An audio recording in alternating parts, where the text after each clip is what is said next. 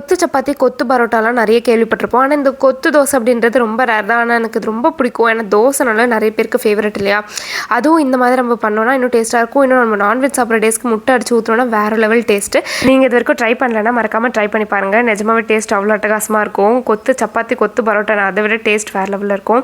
நான் பாட்டுக்கு சிவனேன்னு பண்ணிட்டு இருந்தேன். நான் தான் தோசை ஊற்றுவேன்னு வந்தாங்க. அவ்வளோதான், தவா வந்து நல்லா தீய வச்சு தோசையே வரல. அதுக்கப்புறம் மறுபடியும் வாஷ் பண்ணி நல்லா தண்ணி ஊற்றி அதுக்கு சில அபிஷேகங்கள்லாம் பண்ணி அதுக்கப்புறம் தான் தோசை வந்துச்சு. நம்ம என்னதான் குக்கிங் பார்த்து பண்ணாலும் அதோட டேஸ்ட் என்ஹான்ஸ் பண்ணுறதே மசாலாஸ் தான். அதுவும் ஹோம்மேட் மசாலாஸ்னால் டேஸ்ட் ரொம்பவே அல்டிமேட்டாக இருக்கும். பட் நிறைய பேர் ஒர்க்லாம் போகிறதுனால கண்டிப்பாக டைம் இருக்காது. பட் நம்மளோட vlogs பார்த்திங்கன்னா நம்ம நிறைய வந்து ஹோம்மேட் மசாலாஸ் தான் ட்ரை பண்ணி போட்டிருப்போம். இப்போ கூட பாருங்கள், சில்லி பவுடர் வந்து நம்ம வீட்லேயே அரைச்சதான். ஸோ இந்த மாதிரி உங்களுக்கும் ஒர்க் போகிறதுனால டைம் இல்லை, பட் டேஸ்ட்டான ஃப்ரெஷ்ஷான ஃபுட் சாப்பிடணும் அப்படின்னா நம்மளோட வாட்ஸ்அப் நம்பருக்கு பிங்க் பண்ணுங்கள். நம்பர் வந்து டிஸ்கிரிப்ஷனில் கொடுத்துருக்கேன். அதே மாதிரி நம்மளோட இன்ஸ்டா பேஜுக்கும் பிங்க் பண்ணுங்கள்.